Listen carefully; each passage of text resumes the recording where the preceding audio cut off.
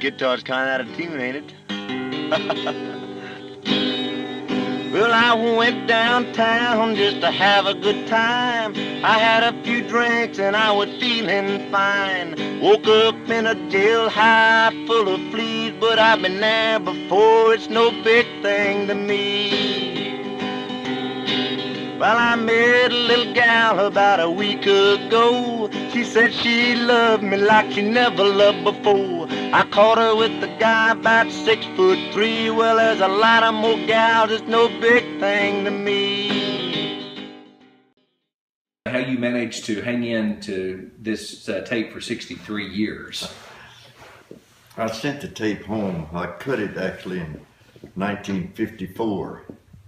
And I sent it home to my brother, of course, then at the same time.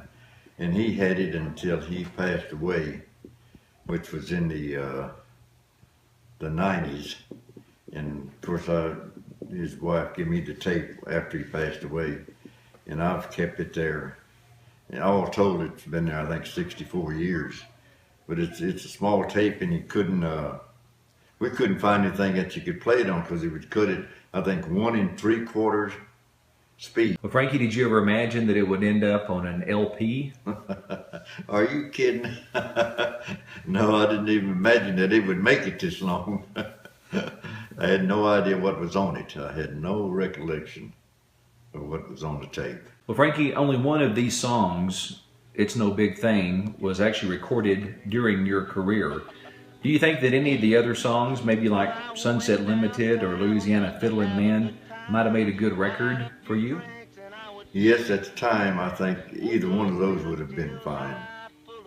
I don't know why. Some were along the way, we never did record it. We recorded the one song, It's No Big Thing to Me. That was on one side of my first Columbia release. And it was a saying that we had over in Korea when somebody would do something, you know, and they'd get kind of mad about it, and you'd say, "Oh, it's no big thing. That's no big thing." So I just wrote this song. It's no big thing to me.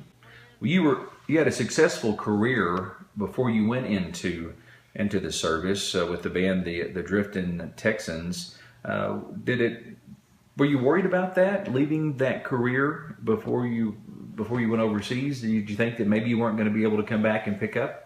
Well, no, really not. I really wasn't worried, but I wasn't really wanting to do it. I really wasn't wanting to go into the Army, but I was drafted, you know, and that was my duty to the country. And in the band, my brother played guitar in the band, and when I left, well, he took the band over and kept it going till I come back.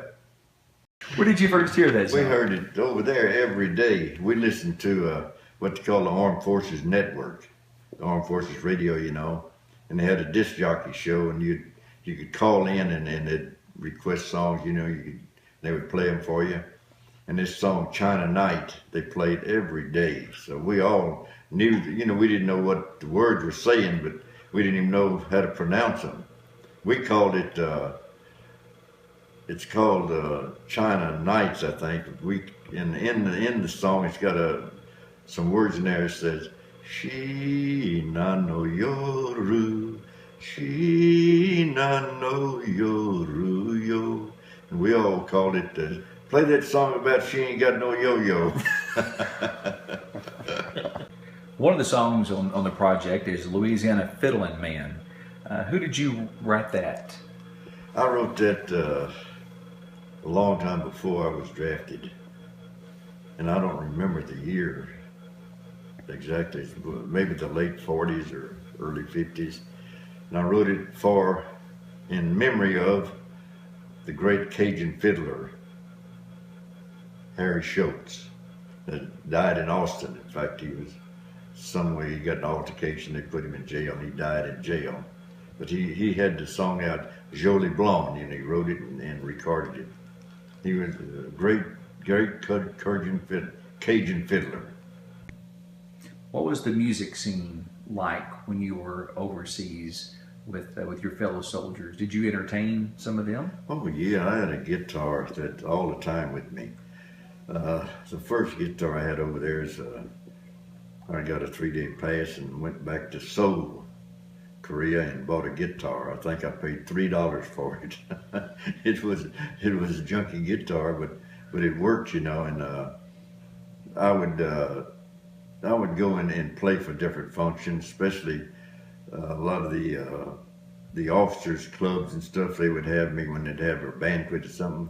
They would have me come down and sing for 15, 20 minutes, and just around when we were just sitting around in the bunkers and stuff. We'd all sing together and just to sing along, had a good time. Well, kind of as a final question, when you're listening to these songs now, after 40 plus years, what do you think about when you're listening to these songs that you created?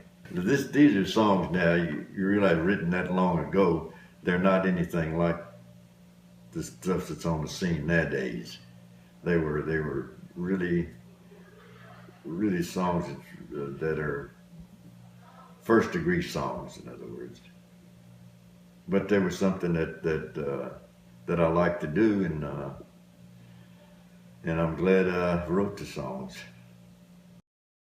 Well, Norm, that's about all I'm going to have time for on this tape here, so you can give a listen to these things and see what you think about them. I don't think you're too hot, but you can give a listen, write me, and tell me how you like them. And I'm going to be home, I guess, not too darn long from now, and y'all all be careful until I get home again, and I'll see y'all pretty quick.